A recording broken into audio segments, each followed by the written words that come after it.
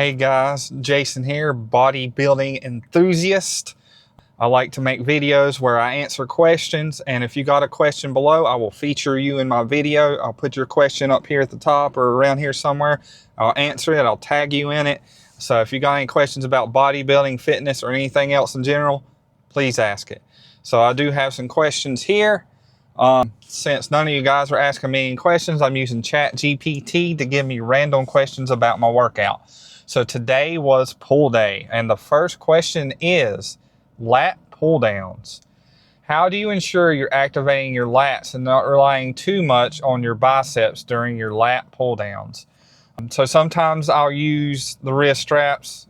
Sometimes I like them, sometimes I don't. Today in particular, I did not. But something I think helps is get the hook grip. Take your thumb out of it, put it on the top, hook grip on both sides.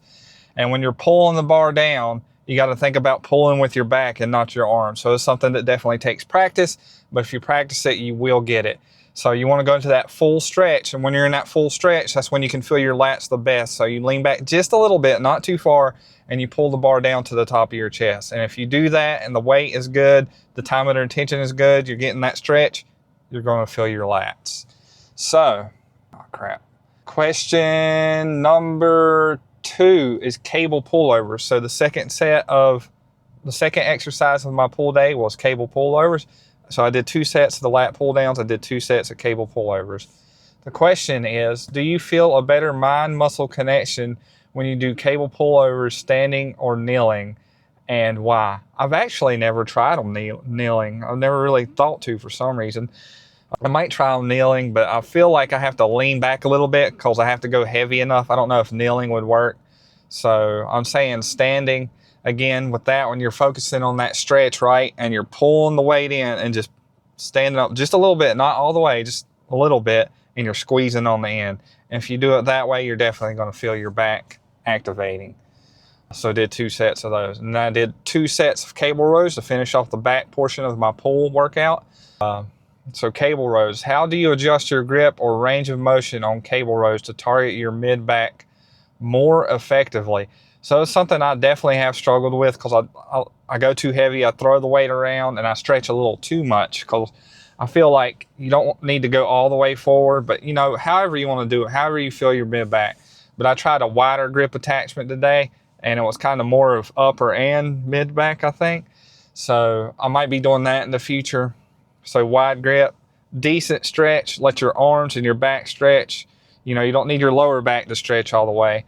And you pull the weight in and squeeze. So I did 2 sets there, and the back portion was complete. So it was time to work on the bicep portion of my pull day workout. The first exercise I did was cable curls. The question, do you notice a difference in pump or tension when you curl with the cable low versus mid anchor point? I don't really mess with the adjustment too much. I always put it low and stand kind of close to it because that's what feels best to me. So getting that full stretch at the bottom, squeeze at the top. So I might try messing with the attachment a little bit. I'm glad I put these questions in here because it's making me want to try new things when I go in there and train. But decent weight, right? Squeeze at the top. Your elbows can come forward a little bit. It's not the end of the world as long as you're feeling it in your biceps. So I think I only did 2 sets there too, but I went really hard. And then after that, I did 2 sets of hammer curls. Are you aiming more for size or definition with hammer curls? And do you alternate arms or go simultaneous? I usually do alternating. And it's just a different exercise. I like to mix things up. I like to hit my forearms a little bit. And I know hammer curls help with that, so I do go a little bit heavier when I do them.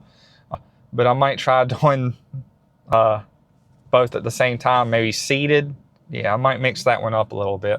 But I like to do alternating. The form there is, try to keep your elbows by your side as best you can. Slow, controlled, squeeze at the top, go all the way down.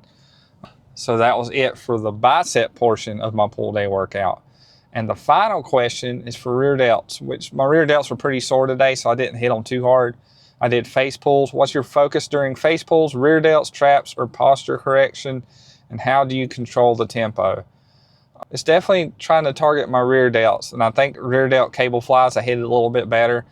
But posture is something I've worked on because I like to dip my head down, keeping my head up, grip like this, pull it in towards your face. You should feel it in your rear delts. So, you know, there's some form I could work on there, but I don't plan on doing face pulls too often.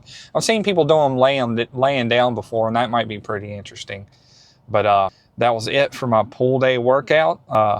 Appreciate you guys joining.